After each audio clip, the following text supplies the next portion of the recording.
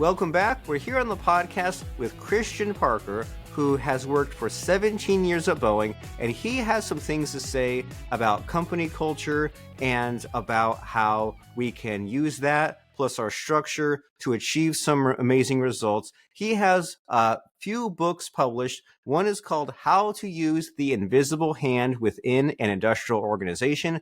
Another is called The Care and Maintenance of Heavy Jets. And we should always strive to do better, to perform better, to work better, to deliver better out, to get along better with people. And so Christian Parker has some hot takes. He has some stories. He has some advice for us. So let's get to it. Christian, glad to be speaking with you. Glad to be speaking with you today, Robert. Well, I got started when I was out of the Air Force. I was a young man and, looking at what I'm going to do for the rest of my life. And I grew up around a lot of eccentrics. And so I kind of wanted to be an anthropologist college professor for a while. I really did straight entertain that idea in 1992. And but the school thing, I ended up going to school for practical things, which was aviation, continuing my aviation career field. But then I thought, well, I'll actually be like an anthropologist that goes and lives with a tribe and studies the chiefs and the Indians and writes about it or something. And I actually did think that. It sounds like a baloney story, but I actually did think that way back then. But I went to school, and but also at that time I wanted to learn my own family history. So I studied and wrote this book here, and the family history, and that got me in touch with the story of the U.S. Merchant Marine, and that was like, wow, do people realize what happened here? Because imagine the whole airline industry, which really huge in America, like it is now, and then it all goes away and becomes foreign. And it's like, because all the ships that you see going in and out of harbors, they're not U.S. ships. A small, tiny quantity of them are. But it's an American story that's kind of a disaster, and a lot of people don't know it because they're not close to that ship thing. So years later, when I worked at an airliner repair station, and I was thinking about labor theories and what have you, and I went to work for Boeing and on the 787 program, and it was a complete disaster, and it was in all the news and everything. It's no secret that early program was a disaster, the way it was carried out. And anyway, I wrote the first book, this one. So I studied the airline industry and the union trends, and I could kind of see like a little bit of a parallel. We had the airline deregulation, and it's where we're getting nowhere fast. And so I thought I'd go ahead and use the research from my family history to tell people about what happened in the Merchant Marine. And that led to this book, which actually the second one, but this is actually the first book in the story. This is the precursor to what this one is. And so, okay. It tells you kind of a sad story of what happened to the biggest merchant marine. So imagine the biggest airlines in the world, and then goes away to nothing, to one little small ship line. And so it's the steam era of the U.S. Merchant Marine beginning to end. And then so we're in the airline industry, right? So I'm thinking airlines, before Boeing, but now I've been at Boeing for a while. But Boeing is this iconic world company, right? It's in a lot of people's mind, it is aviation, right? And they've done some great things. They've really done some great things. I have various ancestors who worked for Boeing. One was a scientist, a PhD scientist, that did some good stuff for making them quieter. with the 767 program. And I'm one to write letters to management and what have you. And I did that at my previous company, Goodrich. And I did that at Boeing too. It was like, here's some observations of mine, and I write the books and I send them the books. And they kind of took me seriously, I think, years ago. But then everybody they wanted to put their own spin on stuff, and so the things that they tried, I can't go into it too much, but it didn't really work out so well. So then I decided to try the academic route and get an MBA, and so I did, and then that resulted in this book, which is kind of the same thing as what's in the earlier book, but just more in business speak. And it basically involves putting the market into the workplace. Companies work in a market, they compete with each other, but inside a company, it's like a pyramid structure. It's an army, and it has a general and colonels and sergeants and soldiers. And I was in the military, and that really doesn't work good for industry. It might work good for a battle, but it doesn't work good for working day in and day out doing industry, a regular job. What works for industry is a market and market philosophy, competition, because we all work for our own self-interest. And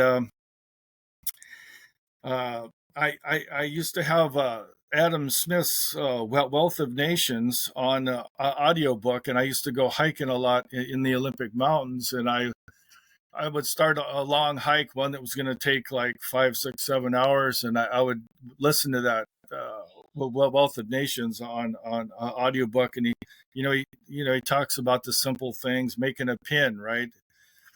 So division of labor. Adam Smith, he talks about making pins, a very simple thing, and talks about one way where one guy tries to do it all himself. It takes forever, but you kind of break it into a system and you make a lot. Now, that's not really a market, but that's division of labor. But then he also talks about the propensity for people to follow their own self-interest and to look out for number one. And we're all that way.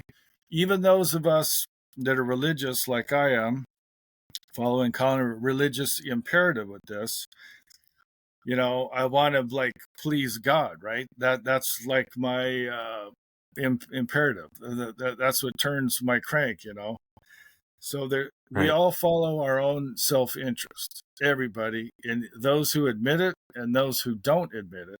And so when you start that as a baseline for your industrial workplace system, you're going to get a better result than an army. That is my theory. And so in this era where traditional values have gone away and supplanted by secular values, we see a lot more people talking about being selfless and actually being the other way around. So what we actually see is a lot more corruption, corporate, stealing and shenanigans and stuff. It's been on the rise. You definitely learn about that in the MBA program, all the corporate cheating that goes on. So it's better to start from a place of honesty and realize that everyone is simply working for their self-interest, and turn the workplace into a market. And so how do you do that? So I think I came up with a theory for doing that might well work, and I put it in this book here. I wanted to write a big fat book, but it's just a short book that's just kind of short and to the point.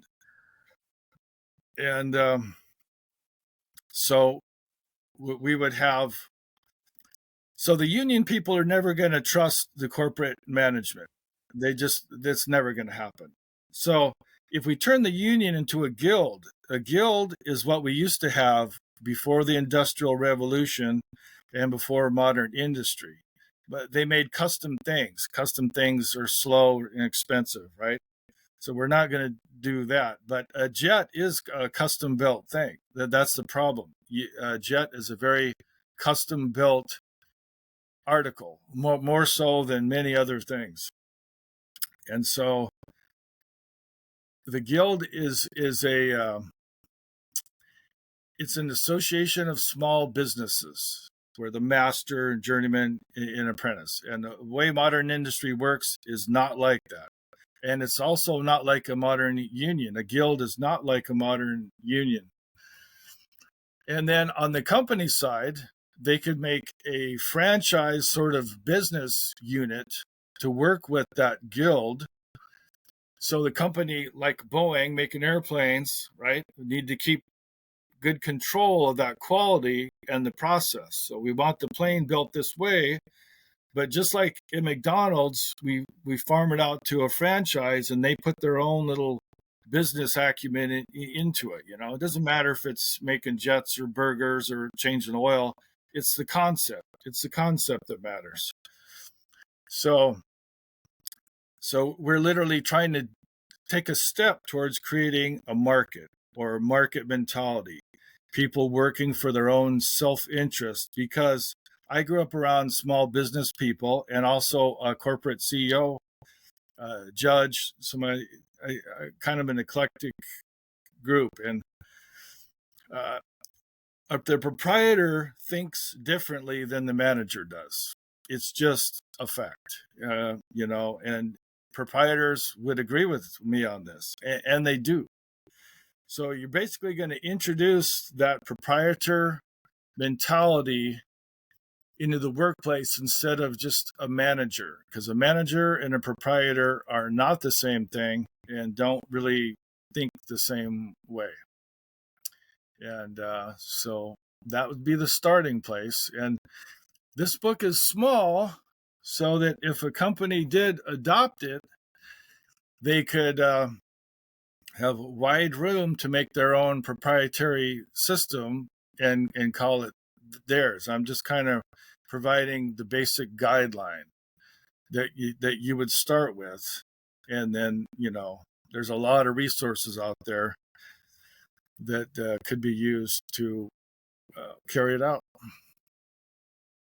Well, great. So you've seen some things and you've seen a better way. And so I like how you say, well, the sort of command and control structure from the military, you're like, well, hey, if you want to fight a war, great. But if you want to do something that's sustainable, then maybe something that's more employee owned or better configured is a logical way to do that. And I love the kind of this thought process around a culture, because you think about there's all these huge companies that they have their own personality, right? Like Apple, Amazon, Walmart, Right. Boeing, they all kind of, you have a feeling of what they're like, and it's kind of fun to think about. Like, and maybe there's Apple in the 80s or 90s versus now, like those things change, and sometimes the sort of the personality of that company goes on such a decline that it then dies. And right now at the moment, I'm in the middle of narrating your the care and maintenance of heavy jets book, and some of these stories that you mentioned are kind of funny. Like you mentioned about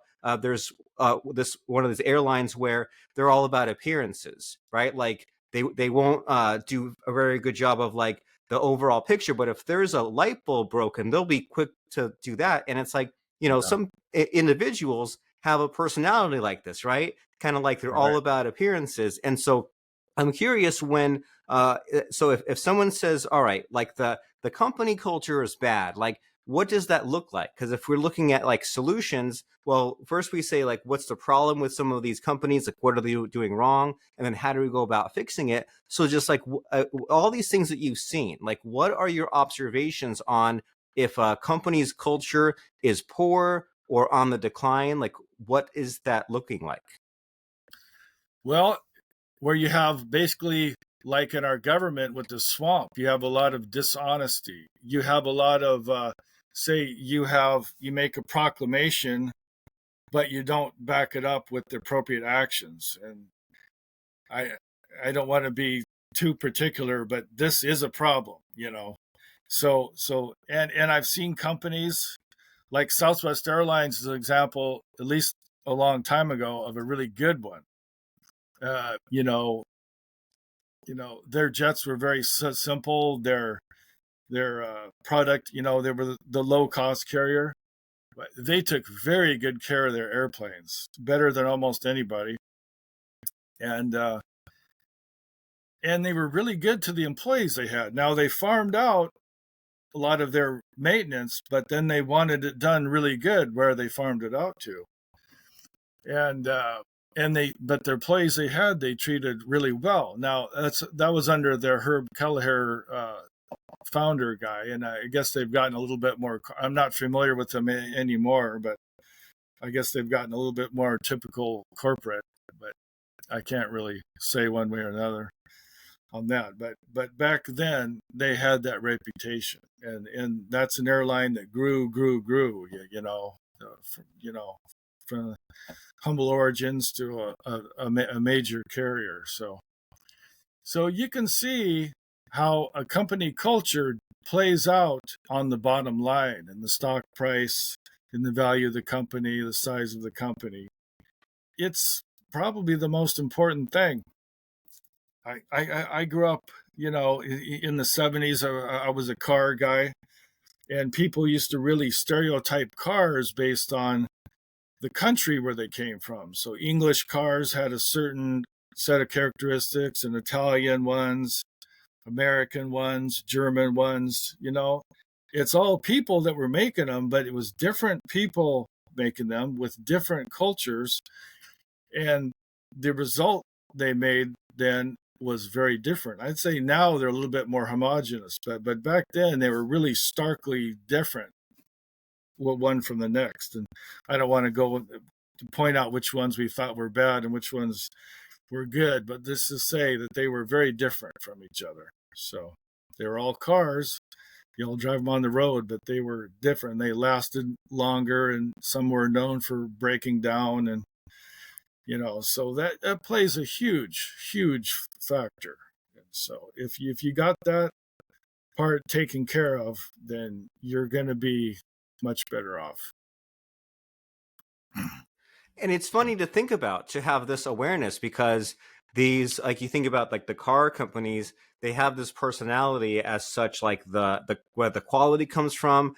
And sometimes I think about like the type of driver, right? Like if there's like a Prius driver in front of me, or a Subaru, or like a Tesla, I'm like, this is not a very good driver. So it's kind of fun and interesting to think Right. about, of how like the culture of the brand, it kind of reflects on the type of person that then would use it, and like who it associates with, right? Like Harley Davidson is like, there's a certain group of people that associate with that type of brand. So it's kind of fun. Or like, Starbucks, all these brands have their certain kind of associations. So as far as like fixing the problem, right? Because like I like how you said, like, sometimes you'll write a book, you'll write a letter, you'll ruffle some feathers, you'll get it down on paper, you'll make your thoughts known.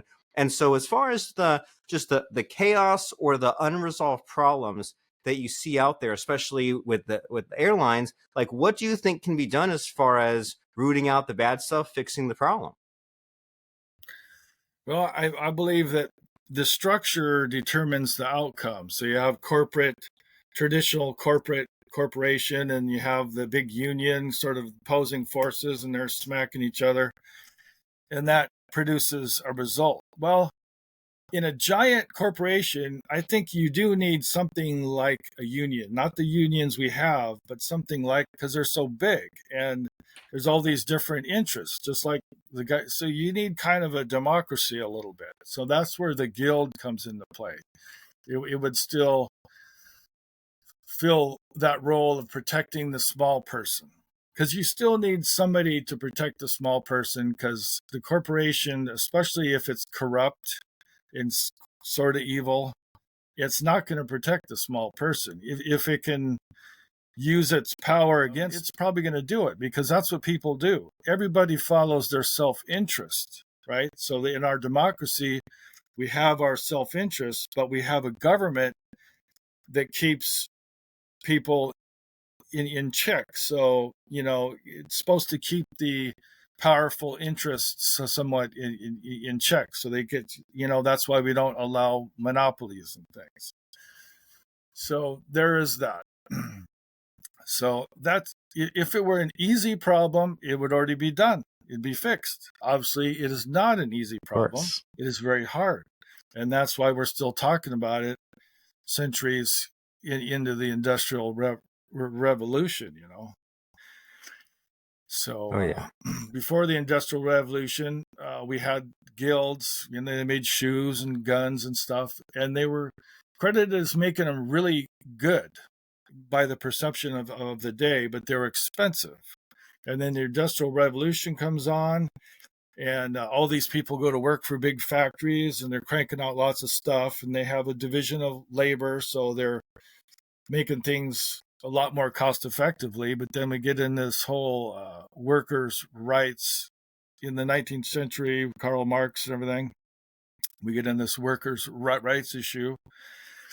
And so there was that whole union movement. The union movement stems from Karl Marx and Friedrich Engels and the Communist Manifesto, and it's something called the International Working Men's Association, which is the labor arm of the communist movement. And that's where all your modern labor unions stem from in the late 19th century. Like the IAM, I guess, was founded in 1888. So, and they try to step away from that at some points, but every so often it kind of comes back. In the 1930s, it was really strong, the communist element in the unions and stuff. And during FDR's decade of the New Deal and all that. So, a lot of the books and writings we have to today, there's several from the 1930s, especially like in the early 30s, like 32, 33, it was hot and heavy in there. But the rhetoric you hear at oftentimes at strike times and union activity definitely harkens back to those communist agitators in those different periods of time. The unions have done good things for a lot of people, but we just need to step away from those kind of Marxist roots of it and kind of move into more of a American democracy kind of shift, where and we know that people follow their self-interest, so we just have to use that in a productive way where people are not hurt, where it works in a productive way. Because we're never all going to be exactly equal when it comes to work and resources, and we're not going to reach a communist utopia where we have no private property and we all share alike, because that's never happened, because it never is going to happen, because people are the way we are. There's just no getting around that. So we just need to work with the basic Western capitalist market model, and we need to put that inside our corporations as well as without. And that's about it. I like it. It's you think about when an organization becomes too large, there's the need to have this kind of structure, right? Of like these different democratic cells that all look out for their own self-interest. And you think about how huge the United States is. You have the federal branches of government, Congress, Senate. You have your local, your state, your governor, your state legislature. You vote for your mayor. There's all these different kind of levels of hierarchy, and everyone's looking out for themselves, but also kind of looking out for the others. And if it's like, but it's like if it's too much one extreme or the other, like a straight up communist model, like it's really lazy, right? And it doesn't have it doesn't consider everyone. There's like electoral college, right? You're not looking out for like those small kind of like minority pieces of that organization. And so it, like you said, it's not an easy problem to solve, but it definitely does require some thinking. And we only have a few minutes here, but we want to give people a taste of kind of the magic of your writing and of your books. And something that I think I messaged you about the other day, which I like a lot, is the idea of like there's like apprenticeships, or the idea of like growing up around something, right? Because you think about Right. like with like airline industry, especially, you said that like the people that really succeed with airlines, they grew up with like the model planes, or the Pinewood Derby, or the modeling, and they kind of like tactily dealt with it even from childhood. And it's a fun idea to think about, right? Of like you saw a rocket ship take off as a kid, and then when you're an adult, you're a fighter pilot, you're an astronaut. So can you unpack that a little bit to give people an idea of what's some cool stuff that's in your books, just like the idea of like growing up around something? Yeah. Well, so at least at one time, I was a pretty expert mechanic, not the best ever, but just like in the upper category. And so, speaking from experience, and I grew up, taking things apart, being interested in how things went together. We built model. We didn't have computers when I was a kid. We built models of cars and airplanes and ships and stuff. And I used to read the instruction books that tell you about them. So it's like the younger you learn stuff, the better you're going to be at it. Like today's generations all grow up with computers, and then they're a whiz in that, but they're losing some of the older stuff that we grew up with. So like, some of the physical characteristics. And we do know that like in a long time ago, an apprentice would go work for a master very young, maybe like 10 years old, right? And a lot of times they would live with them. So they would be immersed in whatever this craft was from a young age. And you're going to learn it so much better than anyone who just plays video games and then goes to a 1 year program, when they're 18 or 20 years old.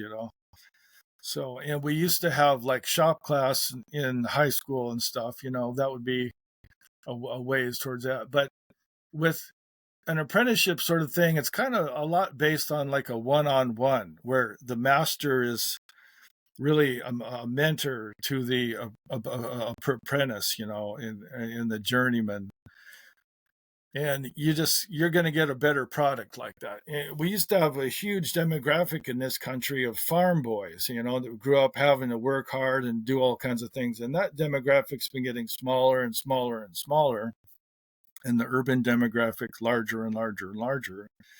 In an urban setting, you're going to learn a lot of interpersonal skills. You're going to learn how to deal with the gang guys or stay out of trouble. You're going to learn how to keep yourself out of trouble, so to speak, or communicate well with people. The farm boys learn how to do stuff. But, there's advantages to each, but we kind of need both kinds of people. We don't need all of one or the other. That's the nature of the human race, is we're kind of broken down into different skill sets, and we need each other. And what I'm talking about is that kind of old school farm boy skill set that's maybe fading away a little bit. There's so many things that you could use to learn these days, to like building a remote control car, adjusting the shocks and the suspension and the motor. There's a lot of ways that you could learn a hands-on physical thing growing up. But if it's just not really respected and it's just playing or whatever, maybe it's not going to be very well. In America, everybody wants to be in management, so everybody is told to do what it takes to be in management. And like when you work at a big corporation, and it's not always really the best people that want to be in management. It's kind of the best talkers, the best communicators, like a salesman, whatever. And that's good, but it's not always the best person to be there. And so in my world, it would more be like the traditional, America was built up all these farmers, right? And homesteads and everything, and small businesses. So instead of like the manager, be more focusing on the proprietor, making more proprietors, and then they could become the managers at the higher level, and we would get a better product in the long run. So basically exchanging that desire to be a manager to be a proprietor, because with a proprietor you're really going to get something out of it. You're probably going to end up with somebody with some real skills that can do the thing as well as manage the thing, both, and the whole world will be better off for that. And I think I personally, agree. I think Boeing would be like one of the number one best places in the world to conduct this experiment. It's just my personal thought, but yeah, it's the issue that Boeing is having right now is culture. So it'd be worth their interest to explore it. And hopefully they work on that, and hopefully they fix that. Yeah. Yeah. And I love this thought experiment when you think about the, like, you only have so much time in the day, especially if you're young, and you can spend your youth playing video games, or you could spend that youth kind of like achieving things, right? Working on projects and playing Yeah. around and educating yourself, doing the mechanical stuff, doing the grease monkey kind of like disassembling and reassembling. And every generation definitely changes. And I know here, Christian, that I know that I'm not very good with my hands in building stuff, but I'm an excellent computer programmer, coder. So my version of that was like creating programs and apps, and I did Mhm. that instead of wasting time with the video games. And so what I'm getting from you is that we have different kind of like different potential and skills, and one person doesn't have one skills, right? We have a handful of skills, and it's up to Yeah. us to try things and experiment and have fun and nurture and find the ikigai, they call it, right? It's like what you're good at and what other people want, and just kind of that overlap of what's productive but also is self-fulfilling for you. And it's great to think about. And so as we're getting near the end of our conversation, I know we could go over like hours, days talking about all this cool stuff, but we like to, on a podcast, give people a taste of what you're all about. That way they're excited to check out your LinkedIn, contact you, and read your books. So in this conversation we're having with all the different subjects, is there a missing hidden question that I should be asking you, I just don't know to ask you? I think we've pretty well covered the gamut of it. I wrote books. One book's a couple hundred pages long. The other one's pretty short, but I'm on LinkedIn, and you could start there, and the books are all on Amazon. This book was meant to be entertaining. This is was meant to be a Puget Sound coffee table book, and it's got stories where you start off in Wild West Port Townsend. It's a port nearby here, and all kinds of mayhem and stuff. But at the end of the book, everybody dies, so to speak, because the merchant marine goes away. So the source of their employment changes, and they all have to work on airplanes and stuff. So, but that's about it. Okay, and I like your strategy with these books here, right? You say like you have things to say, and as you write the book, it kind of asserts its own personality about what it should be, right? You say you have the historical book, which is more of a kind of like romanticizing the past. You have the short book, which is like, well, hey, if you want to make a change in your organization, do that. You have the heavy jets book, which is like, well, if you want to go deeper and spend more time on it. So it's like different books for different people, and then different Right. Yeah. approaches and different lengths. This book was kind of oriented towards a general audience, I'm thinking of the Pacific Northwest, people that work at Boeing, and this one is really kind of written for management. So it's kind of a lot of business speak in there. It's a product. I wrote it while I was getting an MBA, in conjunction with it, but I wanted them to see a practical way, how this could maybe be implemented and what might be in it for them, because we're talking a big change here. And so the two groups of people that need to be convinced are the senior management and the workers, the the plebes, the people at the bottom. So the people at the top, those are the two most important groups to convince. And my upbringing was around those two kind of groups of people. So I think, God chose me because of that. Exactly. Because I literally grew up around a guy who became a CEO, and there was a judge and a general. These were uncles of mine. One was a Boeing scientist, and also kind of bohemian, the opposite extreme, liberal bohemian kind of free thinkers. So kind of the two opposite sides of society. And that's why and that's where interesting stuff happens. That's where the explosions happen, right? The communists call that the dialectic. Right. Yeah. Yes. And I can relate to that because I know, like, you're big on your geography, your area, Washington State. I'm kind of in Central California, where you have the kind of the coastal Bay Area people on one side, and then you kind of have like the more mountain Sierra people on the other side. And I think there's some value in that, in the kind of being hit from opposite sides with these sort of extremes, and new interesting ideas come from that. And so we said that you are on LinkedIn. And if you search Christian Parker Boeing, you can find that LinkedIn. You want to check out Christian's posts. If you want to message him, have a conversation. That's the amazing thing about the internet, right? Many people can be found, contacted. You say you heard Christian on the podcast, you read his books. You're going to have that fun conversation. And then as far as the books themselves, there's How to Use the Invisible Hand Within an Industrial Organization. There's The Care and Maintenance of Heavy Jets. And then what's the name of that merchant marine book you held up? On a Single Stack Steamer Plying Northwest Waters. It's got an On a single stack steamer playing Northwest Waters. Yeah. Yeah, it starts off in a lot of 1880s.